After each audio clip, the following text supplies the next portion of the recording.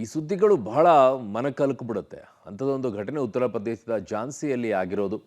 ತೀವ್ರ ನಿಗಾ ಘಟಕದಲ್ಲಿರುವಂತಹ ಆಸ್ಪತ್ರೆಯಲ್ಲಿ ಮಕ್ಕಳು ಸಜೀವವಾಗಿ ದಹನವಾಗಿರುವಂತಹ ವರದಿ ಬಂತು. 10 ಮಕ್ಕಳು ಸಜೀವವಾಗಿ ದಹನವಾಗಿದ್ದಾವೆ.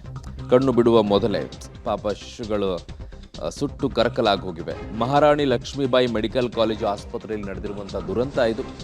ಆಸ್ಪತ್ರೆಯ ಎನ್ಐಸಿಯು ವಾರ್ಡ್ನಲ್ಲಿ ಕಾಣಿಸಿಕೊಂಡಿರುವಂಥ ಬೆಂಕಿ. ಹಲವು ಶಿಶುಗಳಿಗೆ ಗಂಭೀರ ಗಾಯವಾಗಿದೆ. 44 ಮಕ್ಕಳನ್ನ ರಕ್ಷಣೆ ಮಾಡಲಾಗಿದೆ. ನವಜಾತ ಶಿಶುಗಳ ತೀವ್ರ ನಿಗಾ ಘಟಕದಲ್ಲಿ 54 ಮಕ್ಕಳಿದ್ವಂತೆ. ನಿನ್ನೆ ರಾತ್ರಿ 10:30 ಸುಮಾರಿಗೆ ಅಗ್ನಿ ದುರಂತ ಸಂಭವಿಸಿದೆ. ಶಾರ್ಟ್ ಸರ್ಕ್ಯೂಟ್ನಿಂದ ಬೆಂಕಿ ಕಾಣಿಸಿ ಆಕ್ಸಿಜನ್ ಸಿಲಿಂಡರ್ ಸ್ಫೋಟಗೊಂಡಿದೆ. ಹಾಗಾಗಿ ಈ ಪರಿಸ್ಥಿತಿ ಈಗ ಅಲ್ಲಿ ತಲುಪಿದೆ. ಉತ್ತರ ಪ್ರದೇಶದ ಝಾನ್ಸಿಯಲ್ಲಿ ಹೃದಯ ವಿದ್ರಾವಕ ಘಟನೆ ನಡೆದಿರೋದು. ಝಾನ್ಸಿ ಮಹಾರಾಣಿ ಲಕ್ಷ್ಮಿ ಮೆಡಿಕಲ್ ಕಾಲೇಜ್ ಆಸ್ಪತ್ರೆಯಲ್ಲಿ ಭೀಕರ ಅಗ್ನಿ ದುರಂತ ಸಂಭವಿಸಿದೆ. ಬೆಂಕಿ ದುರಂತದಲ್ಲಿ 10 ನವಜಾತ ಶಿಶುಗಳು ಈಗ ಸಜೀವವಾಗಿ ದಹನಗೊಂಡಿರೋದು.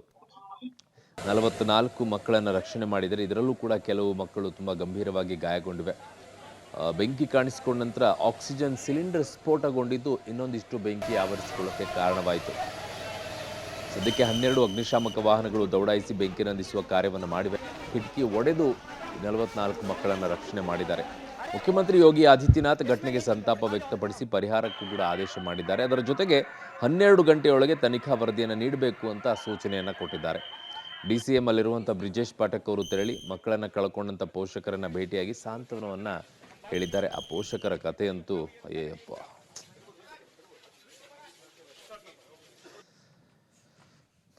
ನನ್ನ ಸಹೋದ್ಯೋಗಿ ಈಗ ಶಬೀರ್ ನಿಡಗುಂದಿ ನನ್ನ ಸಂಪರ್ಕಕ್ಕೆ ಸಿಗ್ತಾ ಇದ್ದಾರೆ. ಶಬೀರ್, ಈ ಘಟನೆಗೆ ಕಾರಣ ಏನು ಅಂತ ಶಾರ್ಟ್ ಸರ್ಕ್ಯೂಟ್ ಅನ್ನೋದು ಕನ್ಫರ್ಮ್ ಆಗ್ತಾ ಇದೆಯಾ ಅಥವಾ ಬೇರೆ ಏನಾದರೂ ಕಾರಣ ಇದೆಯಾ ಅಂತಿದ್ದಾರಾ?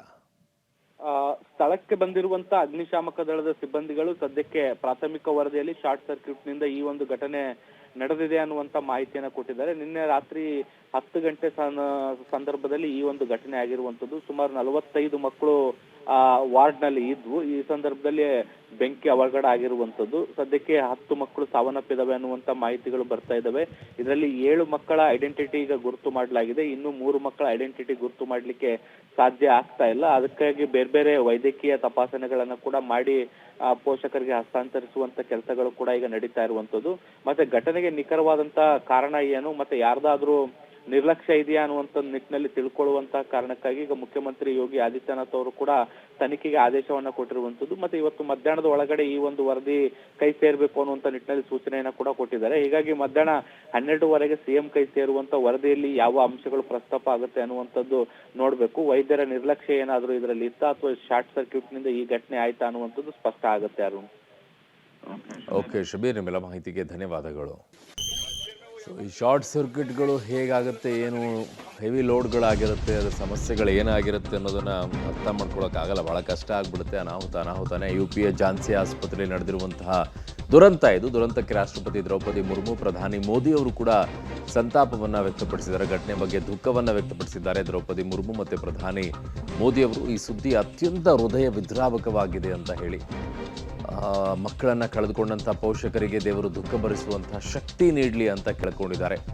ಗಾಯಗೊಂಡಂತಹ ಶಿಶುಗಳು ಶೀಘ್ರವಾಗಿ ಚೇತರಿಸಿಕೊಳ್ಳಿ ಅಂತಿದ್ದಾರೆ. ಟ್ವೀಟ್ ಮಾಡಿ ಪ್ರಧಾನಿ ಮೋದಿ, ಮುರ್ಮು ಅವರು ಆಘಾತವನ್ನು ವ್ಯಕ್ತಪಡಿಸಿದ್ದಾರೆ, ರಾಷ್ಟ್ರಪತಿಗಳು ಮತ್ತು ಪ್ರಧಾನಿಗಳು.